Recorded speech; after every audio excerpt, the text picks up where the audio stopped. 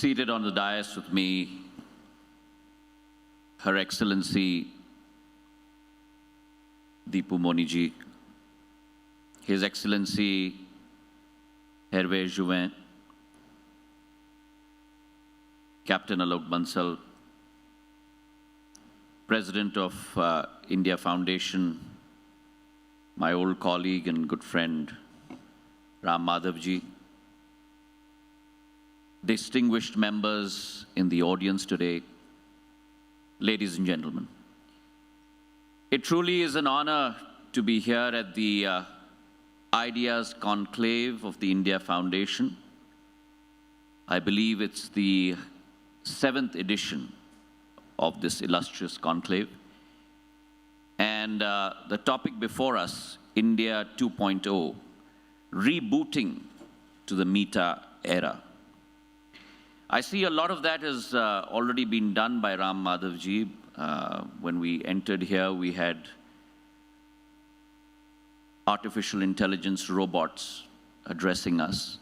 I do hope that in his 17th edition, we are still as relevant and will be called here and not replaced by such in the future. We have the honor today of having two countries on the dais with us, both of who have had very long-standing historical and cultural relations with India. They have been friends of India. Both have been countries that have shared a very rich, in the Meta era, verse P2P relations. Everything is becoming a bridge nowadays. People-to-people relations with India. And it truly is my honor to welcome both these luminaries in Bangalore at this conference. I think it's important, in order to be able to understand the path that India must aspire to, coming towards from her 75th year to her 100th year, from her Amrit Kal, from her Shatabdi Kal, Amrit Kal to her Shatabdi Kal. I think it's important to understand a perspective of history. And if you look back in history, of all the countries that have emerged from a very long-drawn colonial past, I do believe, honestly, that there's hardly any like India. A country of 130 crore people, 1.3 billion people, with such diverse linguistic backgrounds, cultural backgrounds, all who have come together and put in place very strong democratic foundations, upholding them in the worst scenarios in the global order. From the fall of the Soviet, Russian, earlier Avatar, to the Great Depression, always upheld the economic and democratic order. And along with that, always safeguarded her territorial integrity. But safeguarded her territorial integrity never in the form of an aggressor. And that speaks to India's history, not only post-1947. That speaks to India's history over the last 5,000 years. She has never been an aggressor. She has always been an assimilator. And with that background in mind, she has also defied the proposition that democratic countries, a long equated equation that democracy has always been accompanied by low levels of development and high levels of inequality and disunity. In fact, I would go so far to say that if democracy today is prospering around the world, some level of that credit also comes to India. And along with that proposition, the very fact that the common terminology of Asia-Pacific today has changed and veered to more an Indo-Pacific terminology that talks about India's rise. It's a testament to her rise. And along with that, the way that we have guided the world during a pandemic, the measures that we've put in place, the scientific vaccines that we have produced, a country that used to import vaccines in her history, today has become an exporter of vaccines. And along with that policy, the fact that India will now become a flag bearer of democracy, of growth, and of peace to the world. But in order to understand the path of this transformation, this transformative process, I think it is also important to look at a very unromanticized view of India. Look at the last 8 years in terms of our path. And let's look at the numbers. FY 10 to 14, 2010 to 2014, India grew at a CAGR of approximately 4.6%. FY 2015 to 19, the same compounded annual growth rate was 6.3%, a difference of almost 170 basis points on a compounded basis. It has the ability to change and transform lives. In 2014, we were the 10th largest economy in the world. In the period of the last 8 years, we have grown at a cumulative level of almost 40%. That's taking into account even the COVID years. This year, we are forecasted to grow at almost about 8%. And by 2027, we will become the 4th largest economy in the world. Now that is as far as the numbers go. India by 2047, I believe, will move very fast along from being a low middle income country to being a high middle income country. And that's the transformation that leadership brings to the table. That's the transformation that leadership has brought to the table over the last 8 years. While the old era talked about India, an India that was governed only to provide and only to control, you now have an India that is governed to enable. To be able to enable the flowering of talent, the flowering of entrepreneurship, the flowering of ideas, to allow this transformation of India to happen. And this is the leap that India has taken under the Prime Minister's leadership. The very fact that our socialistic straitjacket has now come off, myopic ideas and policies that were toned much more towards sustenance, rather than building the needs for the India of the future, have now been replaced with an Atmanirbhar Bharat for the Amrit Kal of India that will enable and make sure that every citizen has their role to play in building the nation towards a new goal. And I believe that that development will be visible, that development will be scalable. But it's important to be able to understand what the foundations of that development model will be. And I believe that there will be 8 pillars to that foundational model. The first pillar, on a micro basis, has to do with the saturation of schemes.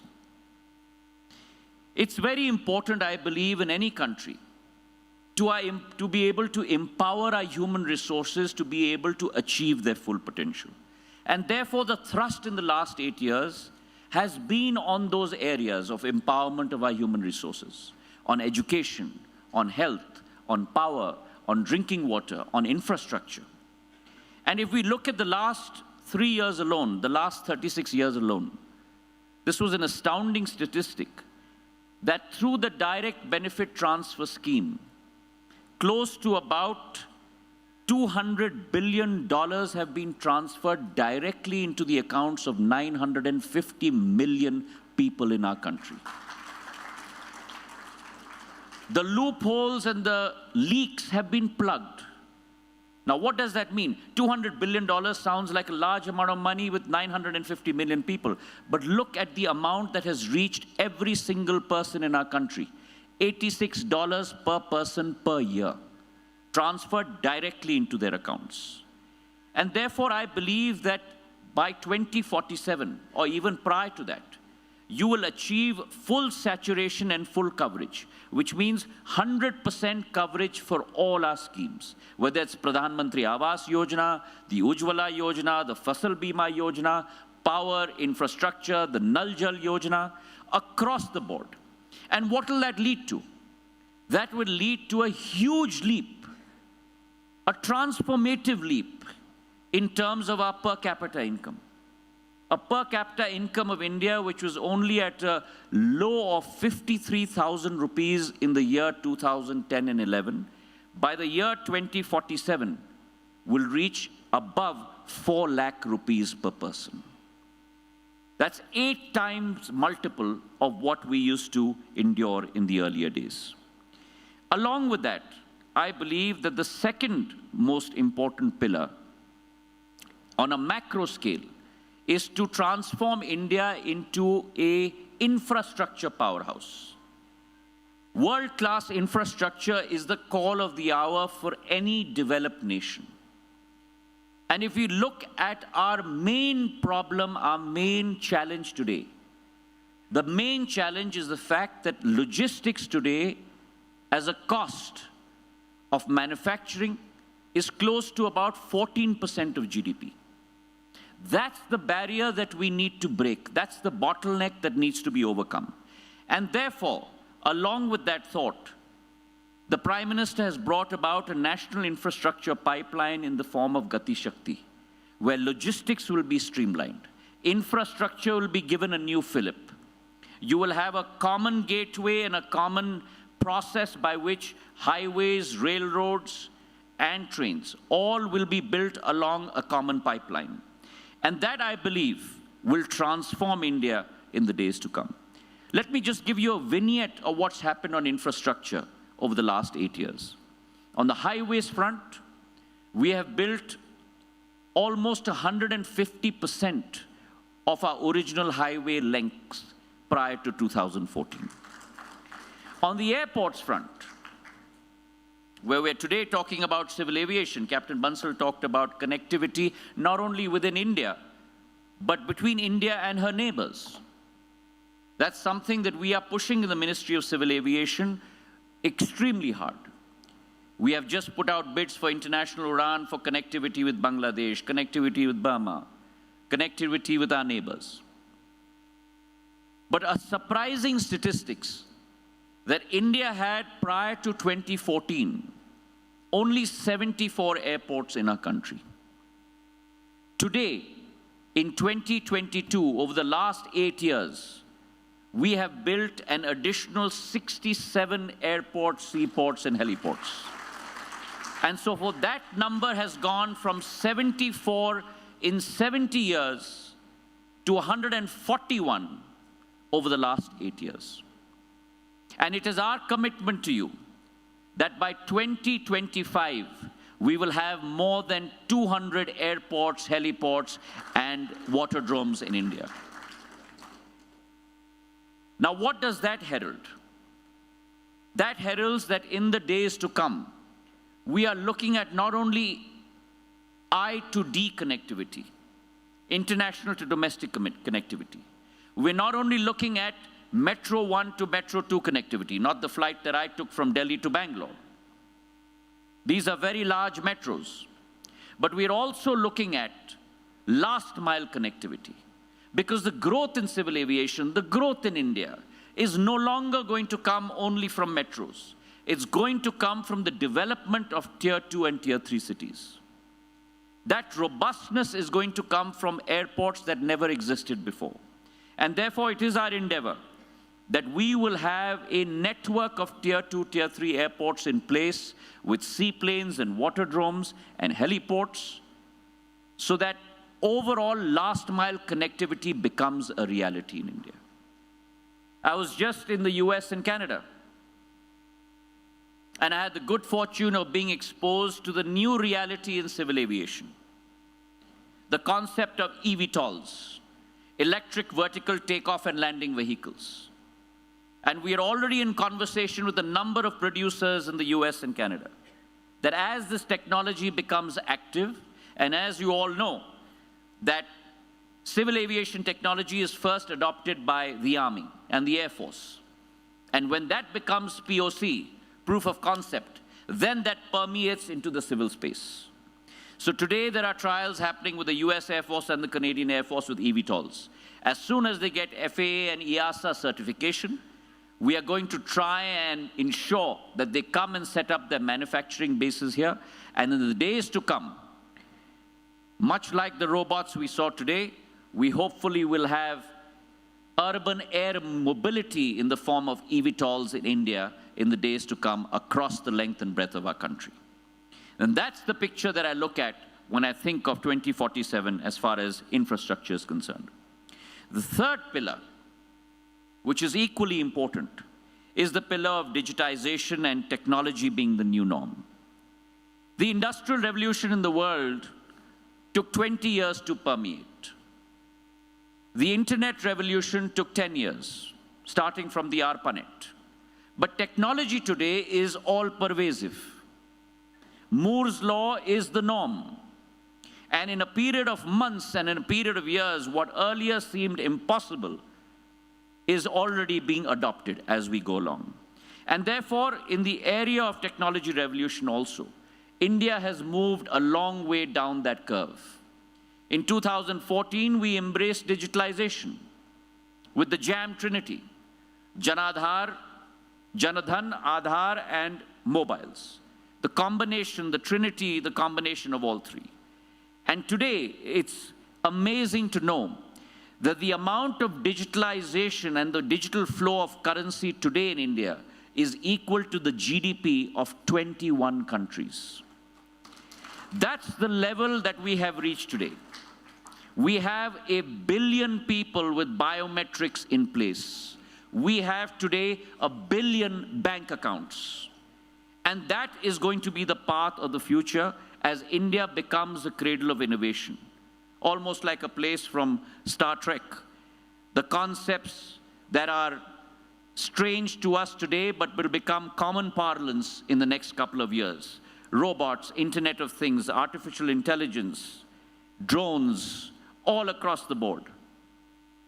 And along with this pervasive internet revolution and technology revolution comes the rise of a new paradigm in India. Her Excellency spoke about it. We are today primarily an agrarian or a service-led economy. The breakup of our GDP is roughly 16 to 20% in agriculture, 60% in services, and a very low level in manufacturing. I see with the productivity-linked incentive schemes that we've put in place for manufacturing, our concentration on semiconductors, our concentration on telecom, a new revolution coming in place with the PLI scheme focused on drones, on pharmaceuticals, on automotive industries, on semiconductors, on solar batteries. Along with this growth, you're going to see a huge transformation in India on our GDP position. And I look at 2047, where manufacturing will be close to 35% of our GDP, services about 55%, and the balance 10% devoted to agriculture. So along with this fourth pillar, in the days to come is going to be the rise of the urban economy. You're going to see in 2047 a decentralization of growth, the emergence of multi-mini Tier 2, Tier 3 cities that are going to be transformed into Tier 1 cities. And an example for you is the first international multimodal logistics hub is coming up nowhere else but in Jogighopa in Assam. And that heralds the new paradigm that is going to turn the pace in India for industrial growth. Also, the concept of one district and one product is going to lead to us specialization, Michael Porter's theory of comparative and competitive advantage, even within districts, lest we forget within states. And therefore, today you have lemon and king chilies being exported from Assam to London and Germany. You have jackfruit from Tripura going to Germany. And you're going to see much more of that as the Northeast moves out from its original era of darkness into one of development and growth as the days go on. So I really see India emerging as an economy with multiple poles. And by multiple poles, I'm talking about numbers in the 40s to 50s to 100s. Fragmented and decentralized mini economies powered and connected digitally with international markets. As 60% of our urban population, we will see an unbelievable rise in smaller and more powerful cities. Her Excellency talked about the sixth pillar that I was going to mention, that of our demographic dividend. China doesn't have the demographic dividend that we possess. China is an aging economy. We are still a young economy with 70% of our youth being below the age of 35. We are talking about close to 800 million people, 3 times the population of the United States of America and 1.5 times the population of Europe. That truly is our opportunity as we go by. So in the next 25 years, we have to continue focusing on building capability, capability, and capability. That, as Her Excellency identified, is a challenge for us. But I always look at a challenge as an opportunity. And if we build that capability, capability, and capability, the time is not far when 25% of the global workforce will be Indian. And close to 25% of the global workforce will be Indian, and close to 15% of global GDP will be contributed by India. That's up 5 times from the 3.2% of global GDP that we are at today. That, to me, is the opportunity, and therefore, we need to focus on skilling our young population. Identify the prevailing gaps, identify the supply-side demands, make sure we cater to them, and also skill our young folk for the future, the new technologies that are going to come about. And a sign of that are the small Atal tinkering labs that we've set up in every school across the length and breadth of India. That will foster innovation. That will foster entrepreneurship. And that, to me, is the way for the future. The 7th pillar, which I believe is important, is diplomacy and diaspora. Our 25 million diaspora spread across 136 countries across the world surely are a vehicle of our soft power. But they are no longer a vehicle of only our soft power. They have now become a vehicle of our economic power. They have now become a vehicle of our intellectual power. And that is what we need to harness in the days to come. We have a unique culture, which we have exported across the world. Buddhism is an example of that. But along with that, I think the Prime Minister in his outreach has formed a setu, a bridge between, on the one hand, India and her diaspora, 25 million of them, and on the other hand, India, her diaspora, and the rest of the world. And all the events that he has hosted, from Madison Square Gardens to events across the world, has really brought to the fore and brought to the notice of the world and brought to the notice of world leaders the true power of being an Indian. And I firmly believe that in the days to come, what was considered originally our brain drain will today become our brain gain. And much like what China went through in the seminal role of the 1990s, where China's economic prowess was powered by investment of Chinese people living outside China, overseas Chinese. I think much of the same will happen with India in the years to come. And therefore, our Pravasi Bharatiyas are our true wealth in every sense of the word.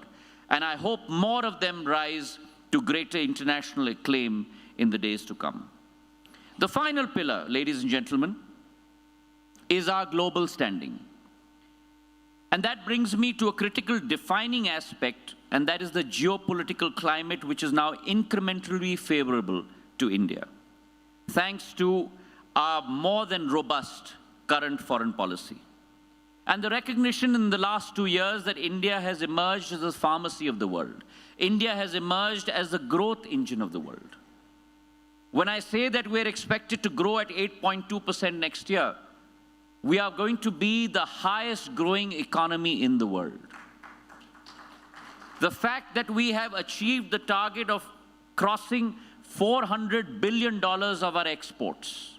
The fact that FDI in the early 2000s used to be a lowly figure of $25 billion, which has today grown to about $82 billion, and we forecast that by 2047, it will grow to $120 to $160 billion a year being invested into India. The fact that we have trading arrangements and treaties with Australia, UAE, and the US, which will transition this foreign investment into India. The fact that we are responsible citizens. We are tackling the issue of climate change. The International Solar Alliance is one example of that. The Prime Minister said, one world, one sun, and one grid. And we are making that happen within India itself, where there is a renewable investment spree. Today, India is the third largest in the world in terms of solar installations. And we are pioneering green hydrogen as we speak today. And therefore, I believe that in the next 25 years, India will show the path for globalization. The Indian way of globalization. The Indian way of globalization, which will be fair. The Indian way of globalization, which will be balanced. The Indian way of globalization, which will be decentralized. The Indian way of globalization, which will be symmetrical. And the Indian way of globalization that will be pivoted on territorial integrity. A very intriguing fact is that if you look at the E7 economies on a PPP basis, and the E7 economies are India, China, Indonesia, Brazil, Mexico, Russia, and Turkey. These will be double the size of the G7, the US, UK, Japan, France, Germany, and Canada and Italy by the year 2047. And therefore, in conclusion, the Indian way, I believe, ladies and gentlemen, will shape global culture, will shape democratic ideals, based on our long-standing values of Vividhata mein ekta, unity in diversity. As Her Excellency said, Vasudhaiva Kutumbakam, the world is one family. India no longer will be defined by others. That is an era that is past. India will define her own rightful place in the comity of nations. She will be a responsible partner, a guiding light, a leader, transforming herself from Vishwa par Nirbhar to Atmanirbhar, from Vishwa to Nirbhar to Atmanirbhar, to eventually Vishwa Bharat par Nirbhar. Thank you very much.